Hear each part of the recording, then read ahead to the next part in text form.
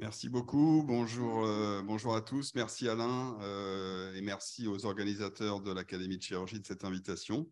Je suis particulièrement fier d'être parmi vous. Et le titre qui m'a été donné pour cette intervention est l'imagerie préopératoire, quelles incertitudes résiduelles.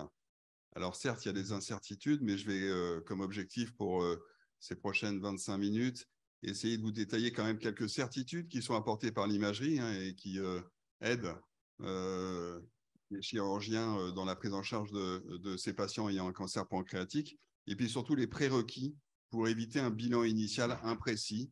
Je vais particulièrement insister là-dessus parce que finalement, ça fait partie des incertitudes persistantes si on ne fait pas un bon bilan initial. On va avoir des soucis. Et on va surtout ensuite axer cette présentation sur les limites persistantes de l'imagerie en coupe à l'ère de la chimiothérapie première, à l'ère de la chimiothérapie d'induction, et puis essayer de donner quelques moyens pour ne pas baisser les bras, contrairement à ce que certains pensent.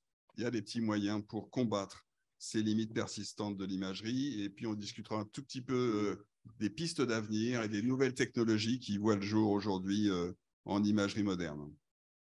Je ne parlerai pas d'écho-endoscopie, ça n'est pas mon expertise, mais c'est peut-être important de rappeler que l'écho-endoscopie est une technique qui est extrêmement sensible pour le diagnostic de tumeurs du pancréas, mais que ce soit le TNCD 2021 ou les Guidelines NCCN 2022, elle n'est pas recommandée pour le diagnostic initial et le bilan d'extension, sauf dans des cas très précis, dont l'échec des examens TDM et IRM et en cas de suspicion clinique forte. Mais elle est bien sûr très utile pour établir une preuve histologique avant traitement médical, ou s'il y a un doute diagnostique avec une lésion bénigne, et là, elle est associée à une ponction qui, évidemment, apporte, on en a parlé ce matin, beaucoup d'éléments diagnostiques et une certaine également précision histologique. En ce qui concerne donc maintenant les examens d'imagerie, évidemment, le scanner, la TDM, reste l'examen de référence pour évaluer le stade tumoral et juger de la résécabilité. Alors, on va en parler de la résécabilité et on pourrait plutôt parler pour juger de l'extension vasculaire. C'est peut-être comme ça qu'il faudrait le dire, mais c'est comme ça que c'était écrit. Donc, j'ai repris exactement ce qui était écrit dans le TNCD version 2021. Et cette tomodensitométrie pancréatique en coupe fine avec injection de produits de contraste, elle est effectivement, si on reprend les méta-analyses, je vous ai mis les chiffres des méta-analyses les plus récentes, elle a une sensibilité qui est élevée et surtout une spécificité qui est très élevée pour l'envahissement vasculaire. Et c'est ce qu'on veut. On veut éviter les faux positifs d'envahissement vasculaire, bien sûr. Et pour cela, la tomodensitométrie reste probablement de loin l'examen le plus spécifique et le plus précis pour cet envahissement vasculaire. Les erreurs à éviter, vous les connaissez. Il faut non pas réaliser, il faut réaliser donc une tomodensitométrie du pancréas et non pas de l'abdomen. Ça veut dire une étude triphasique sans injection, puis après avec injection autant pancréatique et autant portale. Je ne détaillerai pas la technique, mais ces deux temps sont très importants à la fois pour avoir une meilleure détectabilité de la lésion et de ses rapports vasculaires, c'est le temps pancréatique, et puis une étude complète abdominopelvienne et thoracique, si nécessaire, bien sûr, sur le temps portal, de manière à rechercher des localisations péritonéales, hépatiques et pulmonaires. Cet examen doit absolument être récent et on a encore trop souvent, au cours des RCP, la désagréable surprise de trouver un scanner qui va être malheureusement trop éloigné du temps de la chirurgie ou du début du traitement. Très important également, et ça c'est des recommandations qu'on a fait sur le papier qui est un papier d'expert panel nord-américain, avant toute pose de stent biliaire, mais le TNCD dit la même chose, évidemment, c'est facile à dire, c'est pas toujours dans la vraie vie si simple, et on a encore trop souvent un premier examen ou un patient qui a eu un scanner thoraco-abdominopelvien et qui découvre une lésion pancréatique, mais dont le bilan par scanner pancréatique n'est pas fait avant la pose du stent biliaire. Et à ce moment-là, on ne sait plus ce qu'on voit autour des vaisseaux, si c'est de l'infiltration liée à la pancréatite réactionnelle ou si c'est un envahissement vasculaire. Et donc, ça rend les choses très difficiles.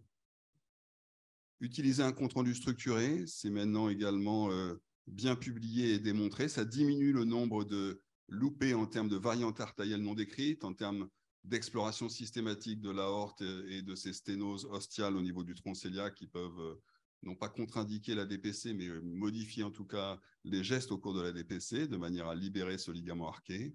Ça augmente également la reproductibilité interobservateur, ce qui est évidemment très important dans les techniques d'imagerie.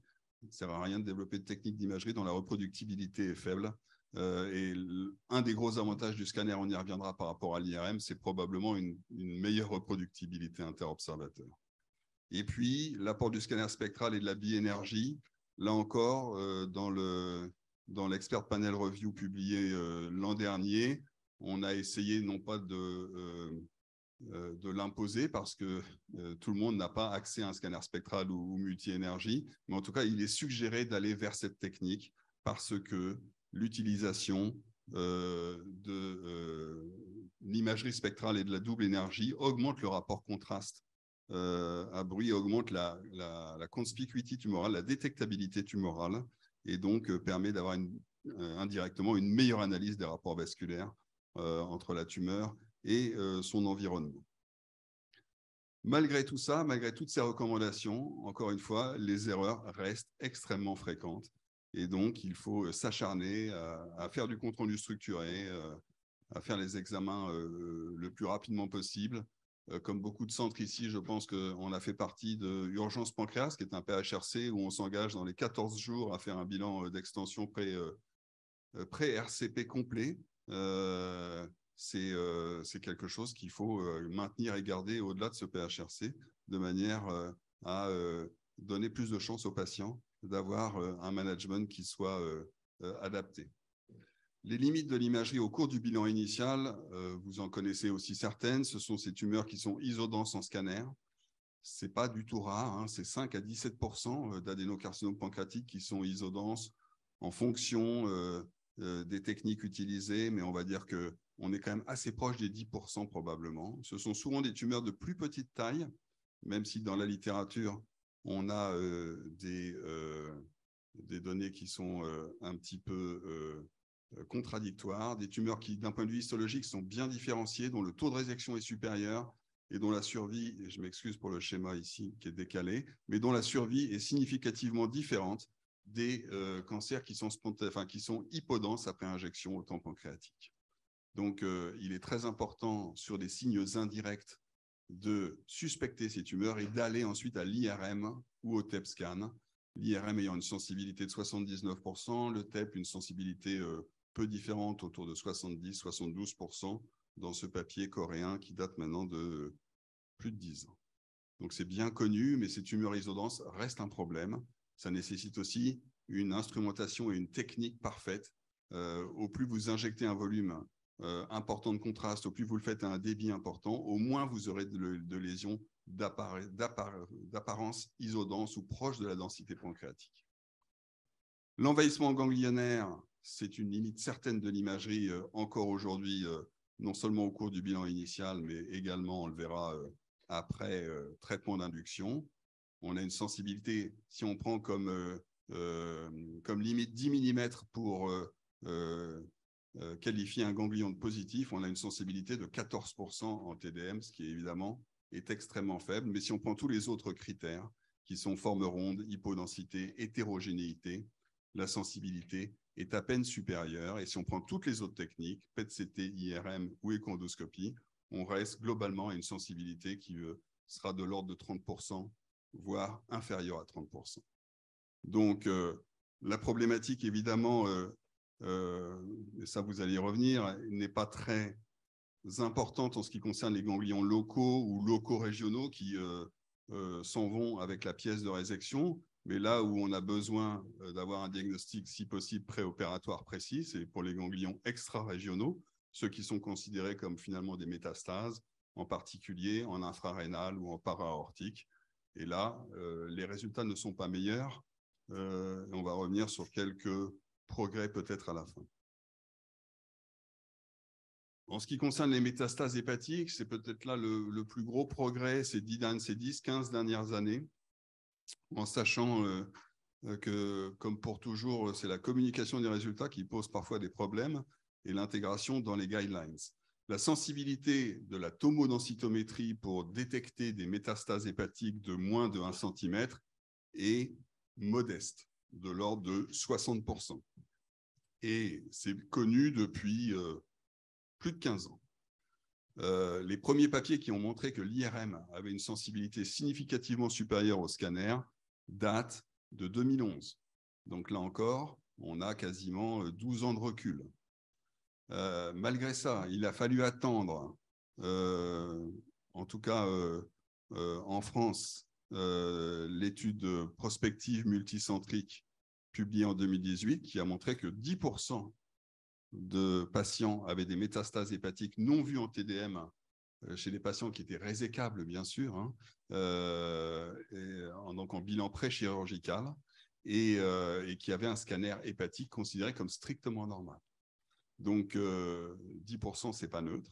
Et depuis cette époque-là, on peut dire que dans tous les centres de référence français, l'IRM est indiqué systématiquement, sauf lorsque le scanner montre d'emblée un cancer pancréatique métastatique. Et c'est très bien. Ici, vous avez un exemple de scanner qui ne montre aucune lésion du secteur postérieur du foie droit chez un patient qui avait par ailleurs une lésion qui était borderline résécable avec ici un rétrécissement de la convergence mésoporte et ici une lésion secondaire, mais ce patient n'en avait pas qu'une, il en avait 3, visibles quasiment uniquement en diffusion et qui se sont avérées dans le suivi sous traitement chimiothérapique être des métastases, puisque malheureusement, il n'a pas répondu favorablement à la chimiothérapie ou le temps que la chimiothérapie se mette en place, ces lésions avaient grossi de taille. Tout ça pour dire que encore en 2022, hein, donc dans le TNCD, pas de problème, l'IRM est bien en place. Mais si on regarde nos collègues nord-américains, le NCCN 2022, l'IRM est optionnel. L'IRM est considéré comme un solving tool, c'est-à-dire vous avez un doute au scanner sur le foie, vous avez le droit de faire une IRM. On en est toujours là, 12 ans après les premiers papiers. Il y a eu depuis, donc je ne vous ai pas mis, il y a eu 2 méta-analyses qui ont bien montré que l'IRM est significativement supérieur au scanner en termes de sensibilité. Je me suis posé beaucoup de questions. J'ai collaboré à pas mal de papiers également avec des auteurs nord-américains sur des avis d'experts et pour lesquels je me battais pour imposer l'IRM ou pour essayer de l'imposer avec difficulté. Ça commence un tout petit peu à changer dans le papier d'Agir que je vous montrerai. Elle est en bonne position, mais globalement, au niveau du NCCN, ça résiste. Voilà, si vous avez des idées. Alors, les arguments avancés, c'est cher, c'est techniquement compliqué, pas très reproductible, et de toute façon, ça montre des petites métastases, donc c'est de la maladie micrométastatique, donc c'est pas grave, ça va être traité par la chimiothérapie. En termes, je pense, de prise en charge des patients et de médecine personnalisée dont on parlait ce matin, ça ne me semble pas audible, mais ça fait partie des mystères de la médecine basée sur l'épreuve. L'invasion périneurale, moins connue, et on n'est pas tellement challengé, radiologue là-dessus. On devrait l'être pourtant, parce que c'est un facteur indépendant de mauvais pronostic. On sait clairement que ça augmente significativement le risque de récidive locale et métastatique. Et toujours aujourd'hui, cette invasion périneurale n'est pas évaluée en routine. Elle ne fait pas partie du compte-rendu structuré publié dans Gastroentérologie en 2014 et en même temps dans Radiology par Alawari. C'est une sémiologie qui est fine, en fait, et dont la reproductibilité interobservateur est probablement moyenne. C'est un des freins. Ça a été énormément décrit par nos collègues japonais, asiatiques, coréens, avec une sémiologie très fine, difficile à apprendre, mais clairement, cet envahissement, cette invasion périneurale, en particulier au niveau des plexus, au niveau des arcades pancréatico-duodénales supérieures et inférieures, sont quelque chose qu'on devrait absolument intégrer à nos explorations scanographiques. Enfin, la limite que vous connaissez tous et qui est malheureusement la plus préjudiciable pour nos patients, c'est que la sémiologie, ensuite je m'excuse, on passe maintenant à la réponse au traitement. Hein. Donc, on quitte le bilan initial et on va maintenant évaluer les limites de l'imagerie après traitement d'induction. Donc, ces patients de plus en plus nombreux, voire très majoritaires aujourd'hui dans nos centres, qui bénéficient d'un traitement d'induction par chimiothérapie ou par radiochimiothérapie. Donc, ici, le biais majeur, c'est que tout ce qu'on a appris, qui était très sensible et très spécifique, n'est plus du tout valable. Tout ce que vous voyez à droite sur ces schémas qui correspondent aux signes d'envahissement vasculaire, aux lésions dites de résécabilité limite, les borderline résécables ici, ou celles qui sont localement avancées comme celle-là, tous ces critères ne sont plus valables et malheureusement, encore trop souvent, les collègues radiologues utilisent toujours ces critères dans leur compte-rendu. Et le principal challenge, c'est qu'on est incapable de différencier la fibrose post-thérapeutique liée à la chimiothérapie, liée à la radiothérapie, liée aux réactions pancréatitiques post-traitement, d'une tumeur résiduelle. Ça va apparaître de la même façon, ou quasiment de la même façon, comme du tissu de densité intermédiaire autour des vaisseaux. Autre problème, on va sous-estimer, lorsqu'on évalue la taille tumorale, on va sous-estimer la réponse histologique. Donc, RECIST ne fonctionne pas bien. Et globalement, il n'y a pas de consensus clair sur quels critères de réponse objective utiliser en imagerie en couple, et en particulier en scanographie, après traitement d'induction.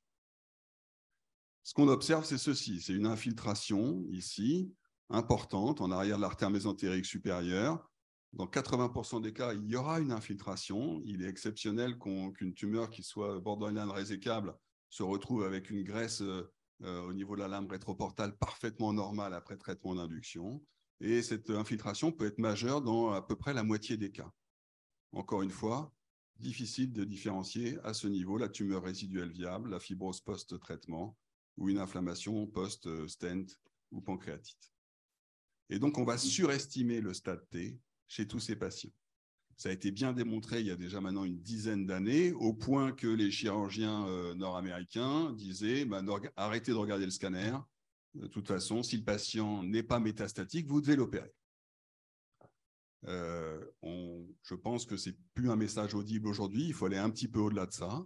Mais il est clair que lorsque vous interprétez un scanner après traitement d'induction, il y a un certain nombre de critères à respecter et de prudence à avoir dans l'expression du compte-rendu. Hein, on sous-estime la réponse histologique, on surestime la taille tumorale, et en plus, on est peu reproductible en interobservateur. Tout ça, c'est démontré et publié.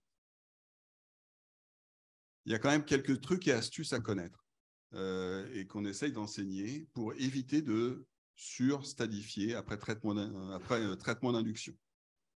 Et donc, les résultats d'imagerie qui vont suggérer une réponse favorable sont au nombre de 3. Le premier, il est très important, c'est la régression, même si elle est partielle, du contact entre la tumeur et le vaisseau. Et moi, j'aime beaucoup différencier à ce niveau veine et artère. C'est assez simple pour la veine, pour des raisons qu'on peut retrouver ici, puisque au niveau de la veine, vous allez avoir très vite ce qu'on appelle une sténose ou une thrombose ou une déformation dès lors que la lésion est avancée. Ça n'existe pas hein, dans le schéma d'Alawari. Je ne comprends pas qu'ils aient pu passer. Moi, je n'ai jamais vu ça. Hein. Un cancer qui fait plus de 180 degrés autour de la veine, sans la sténosée ou la thrombosée. Si vous en avez un, vous me l'envoyez, mais ça n'existe pas. Et par contre, ce qui est bien, c'est que quand le patient est répondeur, il va se retrouver comme ça. C'est-à-dire que la veine va retrouver son calibre normal.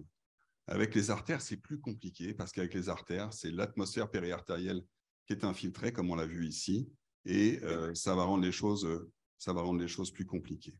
Donc, en gros, ce qu'il faut regarder, c'est les vaisseaux avant et les vaisseaux après. Et si le contact, et ici, il est à plus de 180 degrés, avec peut-être même une petite déformation de l'artère mésentérique, ce n'est pas l'artère mésentérique supérieure, je pense que c'est plutôt l'origine du transcéliaque ici, puisque c'est un cancer du corps et qui s'étend à l'isthme.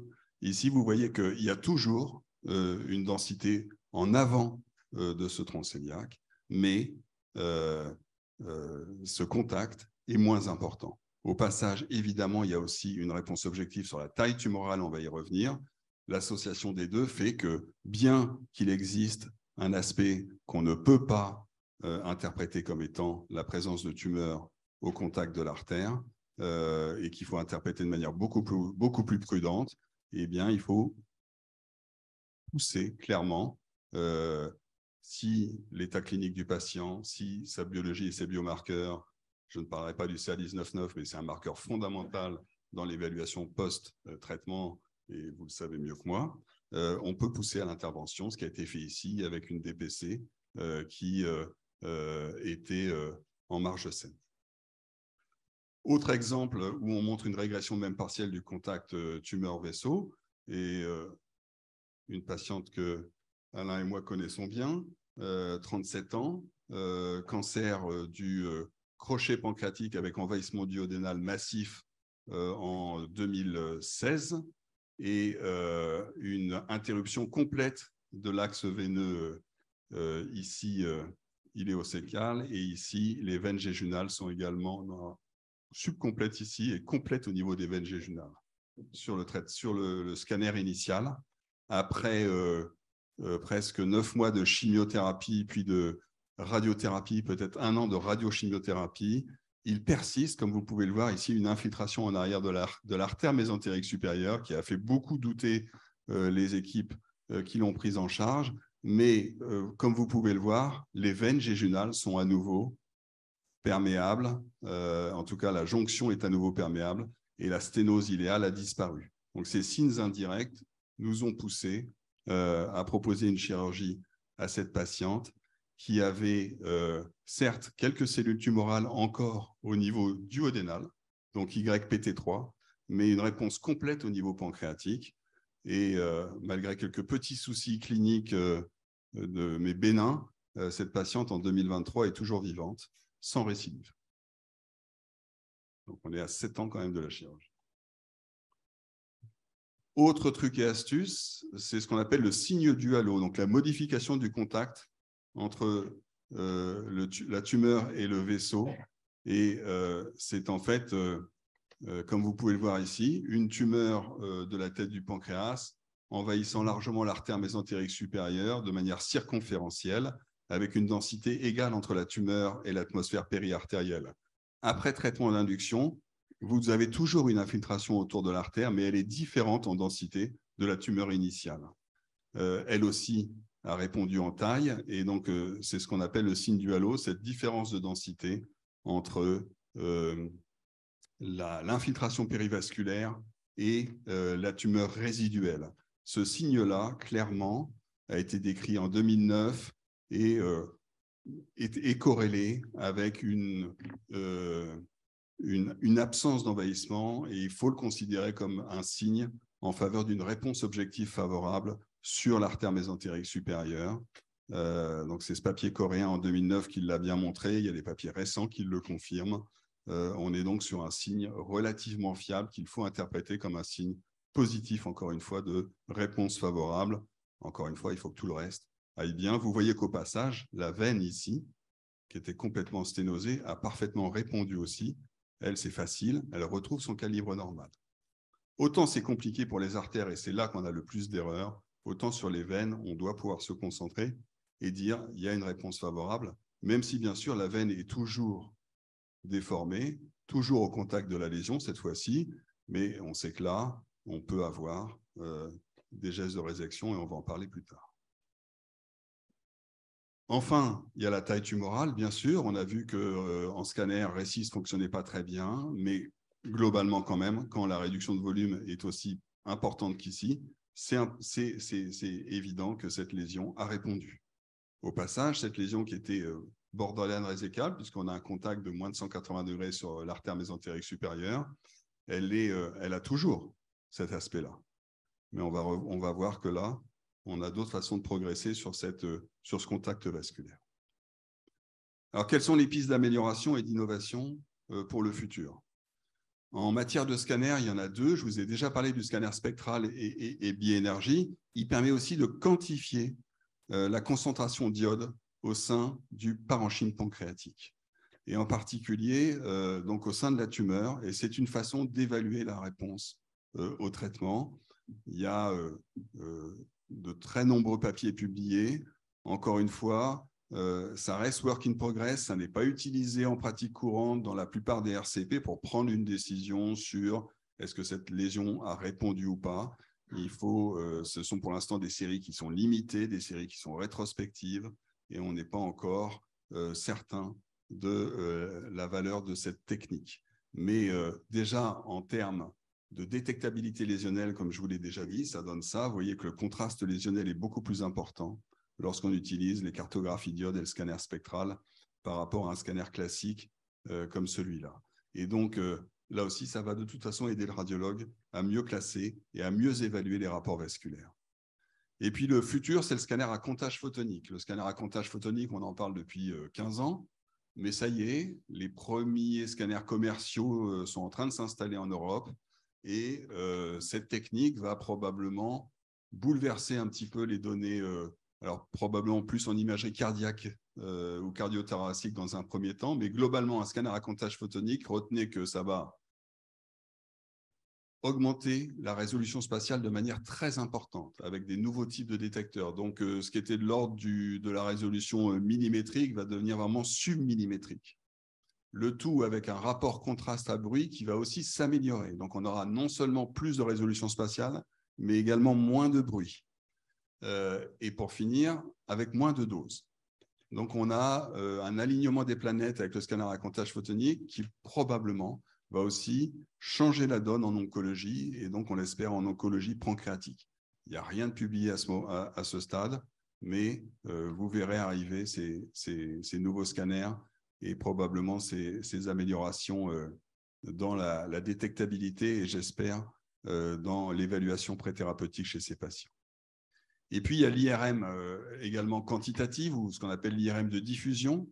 Et ça existe depuis des années. On a beaucoup de papiers sur l'IRM de diffusion, mais là encore, petite série, rétrospective, donc difficile d'affirmer que c'est absolument indispensable. C'est moins reproductible que le scanner. Et moi, dans mon expérience, soit ça marche très, très bien, et c'est vraiment impressionnant, soit ça ne marche pas du tout.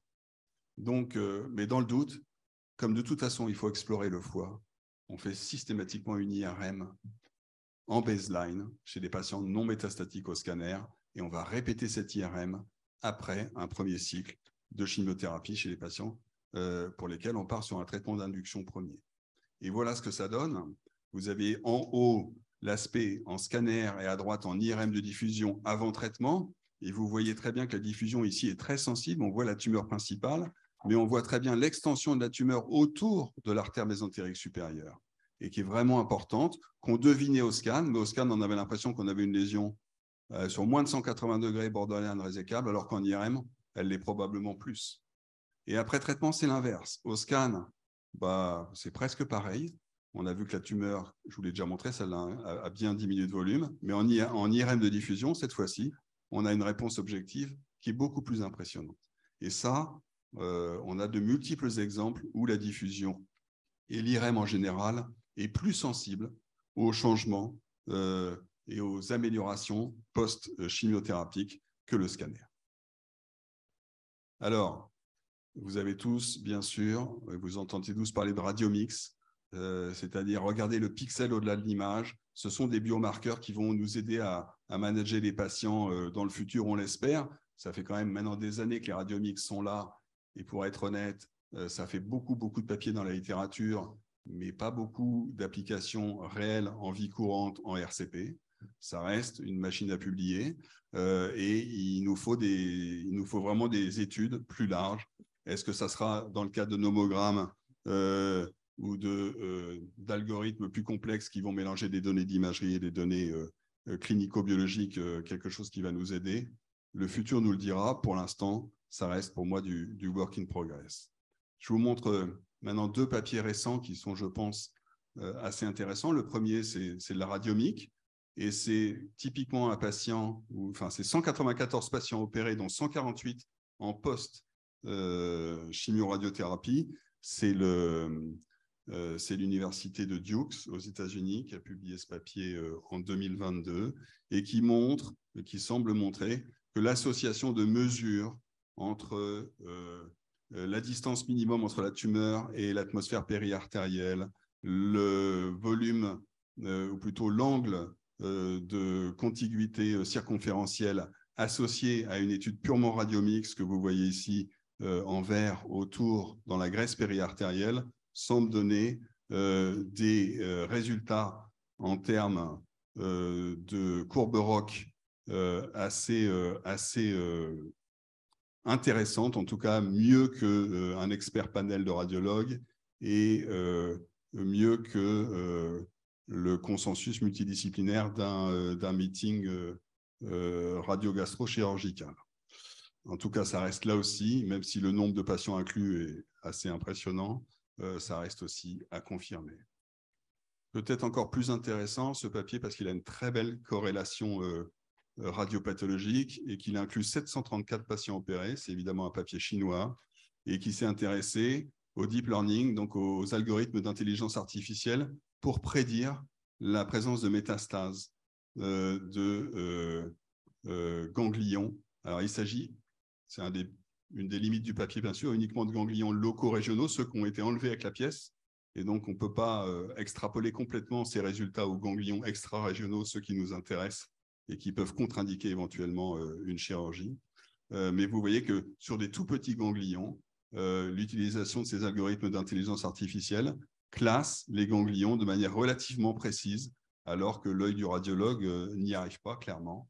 Ils sont trop petits, ils sont infracentimétriques.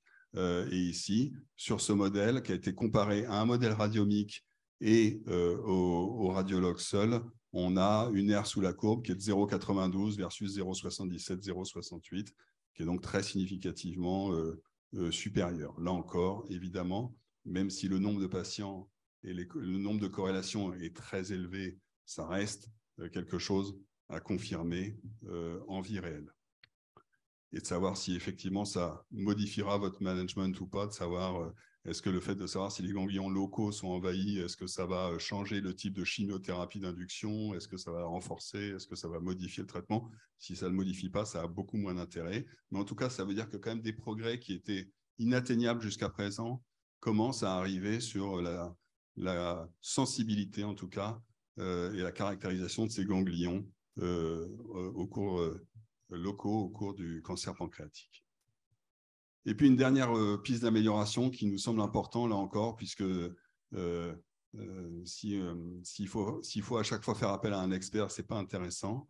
En tout cas, ce n'est pas reproductible. Donc, faire un compte-rendu structuré pour l'évaluation post-radiochimiothérapie, c'est important. Et donc, dans ce papier nord-américain publié l'an dernier, on a proposé ce type de template pour permettre d'avoir une meilleure reproductibilité et noter à chaque fois la taille de la tumeur, l'interface tumeur avec les vaisseaux, à la fois avec une analyse différente pour les artères, le fameux signe du halo, pour les veines, et pour noter effectivement la déformation veineuse, la longueur de l'atteinte veineuse et la présence ou pas d'une occlusion, et bien sûr la présence de métastases et l'impression globale. Voilà, pour conclure dans les temps, eh bien, le scanner pancréatique reste encore clairement aujourd'hui l'examen de référence pour le bilan initial et pour l'évaluation de la réponse au traitement, à condition qu'il soit bien techniqué, qu'il soit un scanner pancréatique, qu'il ait été fait avec une bonne instrumentation et au bon moment, c'est-à-dire avant la pose de tout stent, et puis après traitement, si possible avec l'utilisation du spectral et de la biénergie. L'IRM est aujourd'hui, à mon sens, indispensable pour le bilan initial chez les patients non métastatiques et à mon avis, elle va continuer à être très utile pour l'évaluation de la réponse. Les progrès technologiques, scanner à comptage photonique, séquences de deep learning qui aujourd'hui apparaissent également dans toutes les machines et les traitements des données avec l'IA vont continuer à faire progresser l'évaluation préthérapeutique et le suivi sous traitement. Je vous remercie. Bien, merci beaucoup Marc Wolfzins. Très belle overview. Enfin, moi, le premier message que j'ai compris, c'est que si on a un malade qui est jaune, que l'échographie a mis en évidence une dilatation de la vésicule, de la voie biliaire extra-hépatique, Ce qu'il ne faut pas faire, c'est le confier au gastro-entérologue, mais plutôt au radiologue tout de suite pour avoir les bons examens. Il faut le confier au gastro-entérologue sans problème, mais en passant par la case scanner pancréatique, si possible. Oui, ça, on est bien d'accord. Et c'est un très, très important message, effectivement. Absolument. Très bien. Eh bien, écoutez, la discussion est ouverte. Oui, vous nous avez parlé des ganglions, donc à distance de la tumeur, mais pas de carcinose. Pour vous, c'est l'équivalent? Non, alors j'ai effectivement chanté la carcinose.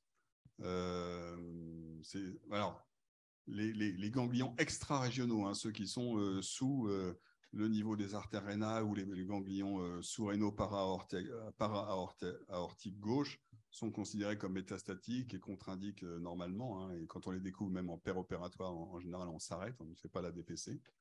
Et vous me direz si c'est toujours d'actualité, mais c'est ce que j'ai retenu. La carcinose péritonale, évidemment, c'est encore pire. Le scanner est la technique probablement toujours la plus sensible dans mon expérience pour cela. C'est quand même une situation, heureusement, plutôt rare. Hein, les patients sont en général métastatiques hépatiques avant d'avoir la carcinose généralisée.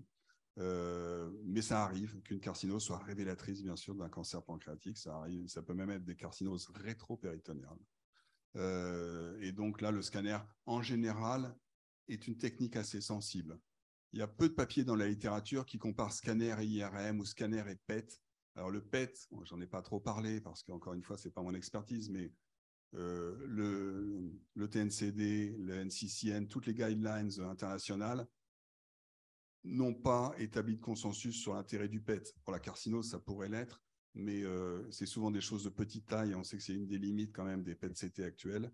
Et donc, il n'y a pas de place clairement définie pour cette technique-là. Donc, carcinose égale plutôt scanner encore aujourd'hui, et on est relativement sensible.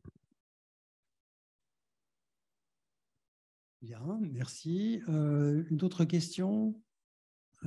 Alain avait une Monsieur Pétraz. Pardon.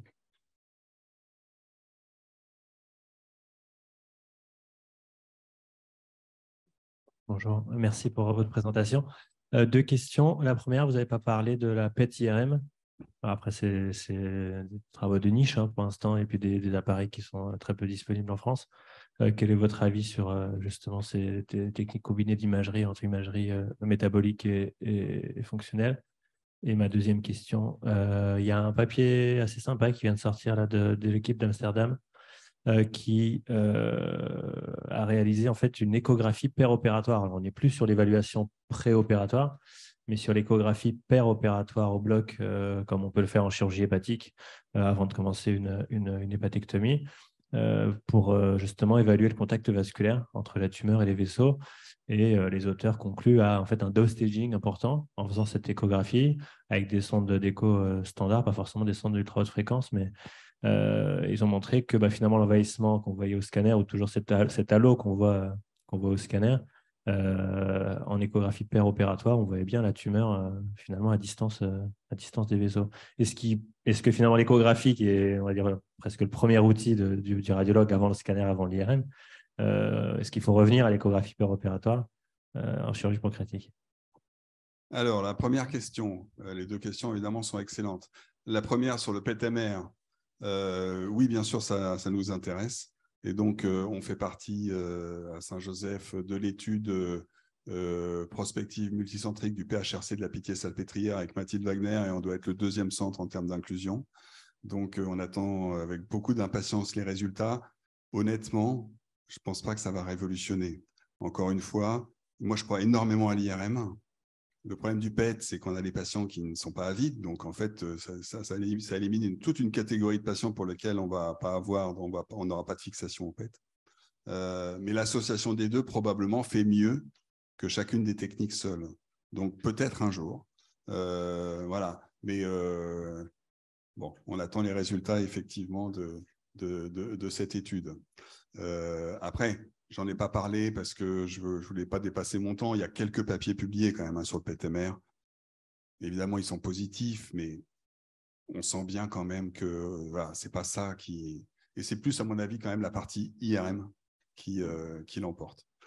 Sur la deuxième question, j'ai vu passer le papier il y a 15 jours à peu près, ouais, j'ai pas eu le temps de le lire, donc honnêtement, mais oui, c'est certainement une piste intéressante. Il n'y a aucune raison que l'échographie. Alors, l'échographie péropératoire, le problème, c'est toujours pareil, hein, reproductibilité, expertise, standardisation, est-ce qu'il faudra de l'IA? Enfin bon. Mais oui, je pense que tous les outils qui peuvent aider le chirurgien, y compris en péropératoire, à prendre la meilleure décision, sont bien. Mais tout ce qui peut être fait en amont, c'est encore mieux. C'est-à-dire qu'un chirurgien éclairé par des techniques qui sont des techniques à l'état de l'art, lui disant, voilà, il y a un signe du halo, donc là, probablement, sur l'artère mésentérique supérieure, je suis assez confiant sur le fait qu'on devrait avoir une extempo correcte. Et puis après, il y a mais l'écho, pourquoi pas. Mais encore une fois, c'est... Merci pour la question. Marc, j'ai une petite double question. Y a-t-il des faux positifs sur l'IRM, y compris avec les séquences de diffusion pour le diagnostic de métastase? J'ai un embryon de réponse, mais bon. 2, comment tu fais pour faire la différence entre un petit abcès du foie et une petite métastase? J'allais répondre à ta première question par la deuxième. Donc oui, il y a des faux positifs. Et des fois, on s'arrache les cheveux parce que y a un petit abcès ressemble terriblement à une métastase. Hein. Ça va restreindre en diffusion, c'est tout petit, c'est hypodense, ça peut prendre le contraste de manière annulaire, continue, périphérique, comme une métastase. Et donc, c'est le contexte clinique qui nous aide. Et c'est d'autant plus compliqué chez les patients qui ont eu un traitement d'induction, qui ont eu un stent biliaire et qui sont à risque d'avoir des angiocolites et des abcès du foie. Ce cas de figure, on l'a rencontré plusieurs fois. Je pense que dans ces cas-là, il faut être extrêmement prudent, ne pas refuser. Alors, faire une DPC en milieu septique, c'est peut-être pas non plus l'idéal. Donc, il faut peut-être donner un peu de temps, réévaluer. Et en général, si c'est des métastases, en l'absence de traitement, elles vont plutôt évoluer vers l'évolution défavorable. Et si ce sont des abcès, ils vont disparaître en l'absence de traitement. C'est un peu comme ça qu'on essaye de s'en sortir, mais il y a très peu de littérature là-dessus. Mais la question, on sent la question pleine d'expérience clinique et je partage complètement cette difficulté. Et tu fais jamais de biopsie? En général, c'est des lésions d'une taille telle. Ah. Alors, quand elles sont plus volumineuses, honnêtement, on s'en sort mieux. Quand ça fait plus d'1 centimètre, on a des troubles de perfusion autour des abcès qui nous aident beaucoup, qu'on ne trouve pas autour des métastases. Et on a une hypodensité ou une hypointensité en IRM qui est très marquée et qui fait qu'on arrive mieux à s'en sortir. Et puis, on a les temps tardifs où les métastases finissent par se rehausser, moins les abcès. Donc, les vraies difficultés, c'est pour les lésions centimétriques ou infracentimétriques. Très bien. Merci beaucoup, Marc.